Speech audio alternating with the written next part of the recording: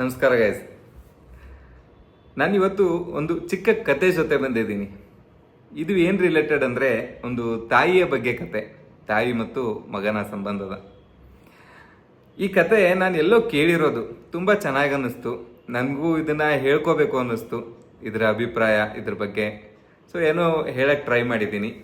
ಏನಾದರೂ ತಪ್ಪಾಗಿದ್ದರೆ ಕ್ಷಮೆ ಇರಲಿ. ಹಾಗೆ ಈ ಕತೆ ತುಂಬ ಚೆನ್ನಾಗಿದೆ, ಎಲ್ಲರೂ ಎಂಡ್ವರೆಗೂ ಇದನ್ನು ನೋಡಿ ಮರಿದೆ. ಹಾಗೆ ನನ್ನ ಚಾನೆಲ್ನ ತುಂಬ ಜನ ನೋಡ್ತಾ ಇದ್ದೀರಾ, ವೀಡಿಯೋಸ್ನೆಲ್ಲ ನೋಡ್ತಾ ಇದ್ದೀರಾ, ಸಪೋರ್ಟ್ ಮಾಡ್ತಾ ಇದ್ದೀರಾ. ನಿಮ್ಮ ಸಪೋರ್ಟ್ ಎಲ್ಲ ಹೀಗೆ ಇರಲಿ. ಚಾನೆಲ್ನ ಸಬ್ಸ್ಕ್ರೈಬ್ ಮಾಡದೇ ಇರೋರು ಸಬ್ಸ್ಕ್ರೈಬ್ ಮಾಡೋದನ್ನು ಮರಿಬೇಡಿ. ಚಾನೆಲ್ನ ಸಬ್ಸ್ಕ್ರೈಬ್ ಮಾಡಿ, ಲೈಕ್ ಮಾಡಿ, ಹಾಗೆ ಬೇರೆಯವ್ರಿಗೂ ಶೇರ್ ಮಾಡಿ.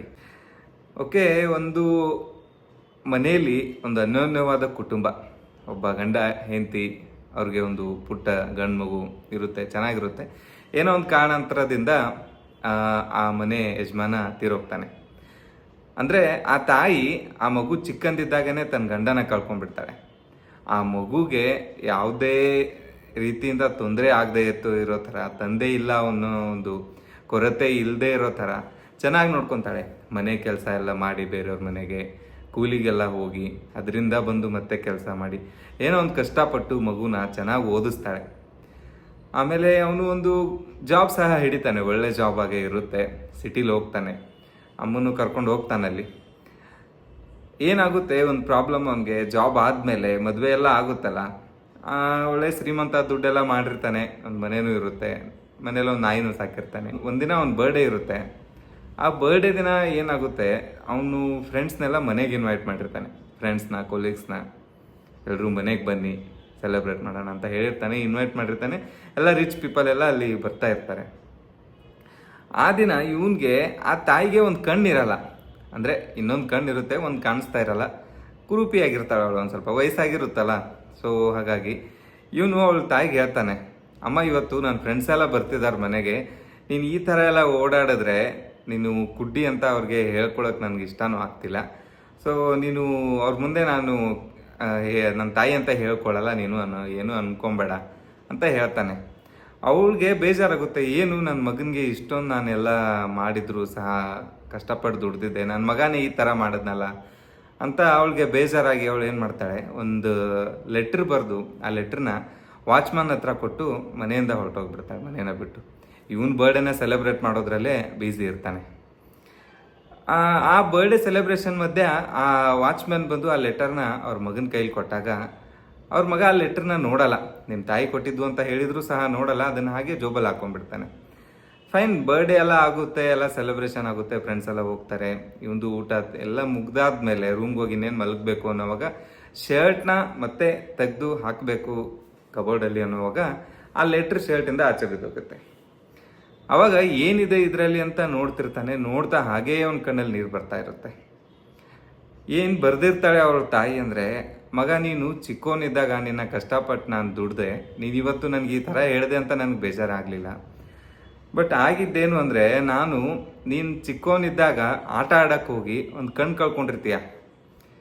ನನ್ನ ಮಗ ಕಣ್ಣು ಇಲ್ಲದೆ ಬೆಳಿಬಾರ್ದು, ಅವನಿಗೆ ಕಣ್ಣು ಇಂಪಾರ್ಟೆಂಟ್ ಅಂತ ನನ್ನ ಕಣ್ಣನ್ನು ನಿನಗೆ ದಾನ ಮಾಡಿ ಆಪ್ರೇಷನ್ ಮಾಡಿಸಿ ನಿನ್ನನ್ನು ಆ ಥರ ಬೆಳೆಸಿರ್ತೀನಿ. ನನ್ನ ಮಗ ಈ ಥರ ಹೇಳಿದ್ನಲ್ಲ ಇದೇ ಕಣ್ಣಿಗೋಸ್ಕರ ಅಂತ ಬೇಜಾರಾಗಿ ಮನೆ ಬಿಟ್ಟು ಹೋಗಿರೋದನ್ನು ಅವಳು ಮೆನ್ಷನ್ ಮಾಡಿರ್ತಾಳೆ ಅದರಲ್ಲಿ. ಇದನ್ನು ನೋಡಿ ಅವನಿಗೆ ತುಂಬ ಬೇಜಾರಾಗುತ್ತೆ. ಅಷ್ಟರಲ್ಲಿ ವಾಚ್ಮನ್ ಓಡ್ಕೊಂಬರ್ತಾನೆ, ಸರ್ ಮನೆ ನಾಯಿ ಕಳೆದೋಗಿದೆ, ಓಡೋಗಿದೆ ಮನೆಯಿಂದ ಅಂತ. ಸೊ ಇವನಿಗೂ ನಾಯಿ ಮೇಲೂ ತುಂಬ ಪ್ರೀತಿ ಇರುತ್ತೆ.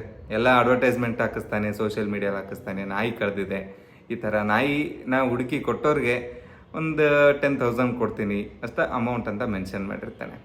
ಸೊ ಒಂದು ಸ್ವಲ್ಪ ಟೈಮಲ್ಲಿ ಅಂದರೆ ನೆಕ್ಸ್ಟ್ ಡೇ ಅವ್ನಿಗೊಂದು ಕಾಲ್ ಬರುತ್ತೆ, ಸರ್ ನಿಮ್ಮ ನಾಯಿ ಇಲ್ಲಿದೆ ಅಂತ. ಅವರು, ಸರ್ ನಮ್ಮ ನಾಯಿ ಸಿಗ್ತಾ ನಿಮಗೆ ಅಂತ. ನಿಮ್ಮ ನಾಯಿನೂ ಸಿಕ್ಕಿದೆ, ಬಟ್ ನಾಯಿ ಹುಡ್ಕೋದ್ರಲ್ಲೇ ಇದ್ದೀರಲ್ಲ, ನಿಮ್ಮ ತಾಯಿನೂ ಇಲ್ಲೇ ಇದ್ದಾರೆ ಬನ್ನಿ ಅಂತ. ಇವನು ಎರಡೂ ಆಯಿತು ಅಂತ ಅಲ್ಲಿ ಕರ್ಕೊಂಡು ಹೋಗ್ತಾನೆ. ನೋಡಿ, ಇವನು ತಾಯಿಗೆ ಇಂಪಾರ್ಟೆನ್ಸ್ ಕೊಡಲಿಲ್ಲ, ನಾಯಿಗೆ ಇಂಪಾರ್ಟೆನ್ಸ್ ಕೊಟ್ಟ. ತಾಯಿ ಕಳೆದಿದ್ದಾಳೆ, ಕಳ್ಕೊಂಡು ಹೋಗಿದ್ದಾಳೆ, ಮನೆ ಬಿಟ್ಟು ಹೋಗಿದ್ದಾಳೆ ಅಂತ ಎಲ್ಲೂ ಹಾಕಿಸ್ಲಿಲ್ಲ ಪೊಲೀಸ್ ಸ್ಟೇಷನಲ್ಲಿ ಹೇಳೋದಾದ್ರು ಏನಾದರೂ. ಬಟ್ ನಾಯಿ ಕಳೆದೋಗಿದೆ ಅಂತ ಅದನ್ನು ಹುಡುಕೊಟ್ಟವ್ರಿಗೆ ಪ್ರಶಸ್ತಿ, ಬಹುಮಾನ ಅಂತ ಹೇಳ್ದ. ಫೈನ್, ಅಲ್ಲಿ ಸಿಕ್ಕಿದೆ ಅಂತ ನೋಡಕ್ಕೆ ಹೋದಾಗ ತಾಯಿ ಒಂದು ಅನಾಥಾಶ್ರಮದಲ್ಲಿ ಇರ್ತಾಳೆ. ಅವಳ ಹತ್ರನೇ ಆ ನಾಯಿನೂ ಹೋಗಿರುತ್ತೆ. ಅವಳನ್ನು ಹುಡ್ಕೊಂಡು ಅವಳು ಊಟ ಎಲ್ಲ ಹಾಕಿರ್ತಾಳಲ್ಲ, ಅದನ್ನು ಆ ಋಣನ ಹಿಡ್ಕೊಂಡು ನಾಯಿ ಅವಳು ಹೆಂಗೆ ಹೋಗಿರ್ತಾಳೋ ಹಂಗೆ ಅವಳನ್ನ ಬೆನ್ನಟ್ಟಿಸ್ಕೊಂಡು ಹೋಗಿರುತ್ತೆ, ಅಲ್ಲೇ ಇರುತ್ತೆ ಅವಳ ಹತ್ರನೇ. ಇವನು ಅಮ್ಮ ಇಲ್ಲೇ ಇದ್ದಾಳಲ್ಲ ಅಂತ ಬೇಜಾರಾಗಿ ಅವಳು ಕೂತಿರೋ ನೋಡಿ ಇವನಿಗೆ ಬೇಜಾರಾಗಿ ಅವಳನ್ನ ಹೋಗಿ ಮುಟ್ಟಕ್ಕೆ ಹೋಗ್ತಾನೆ. ಅಲ್ಲೇ ಅವಳು ಬಿದ್ದುಬಿಡ್ತಾಳೆ. ಐ ಮೀನ್ ತಾಯಿ ಅಲ್ಲಿ ಇರ್ತಾಳೆ, ಅವಳು ಜೀವ ಇರಲ್ಲ, ಜೀವ ಬಿಟ್ಬಿಟ್ಟಿರ್ತಾಳೆ.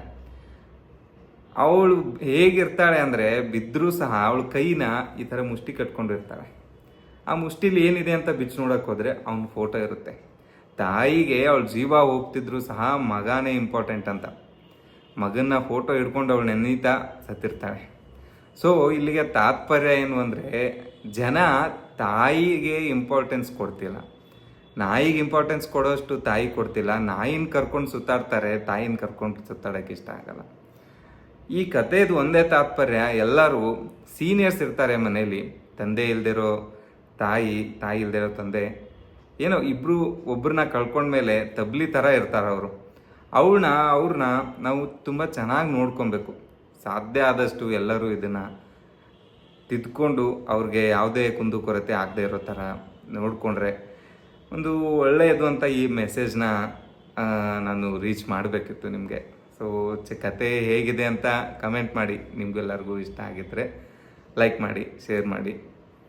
ಇಷ್ಟೇ, ಏನಿಲ್ಲ ಜಗತ್ತಲ್ಲಿ.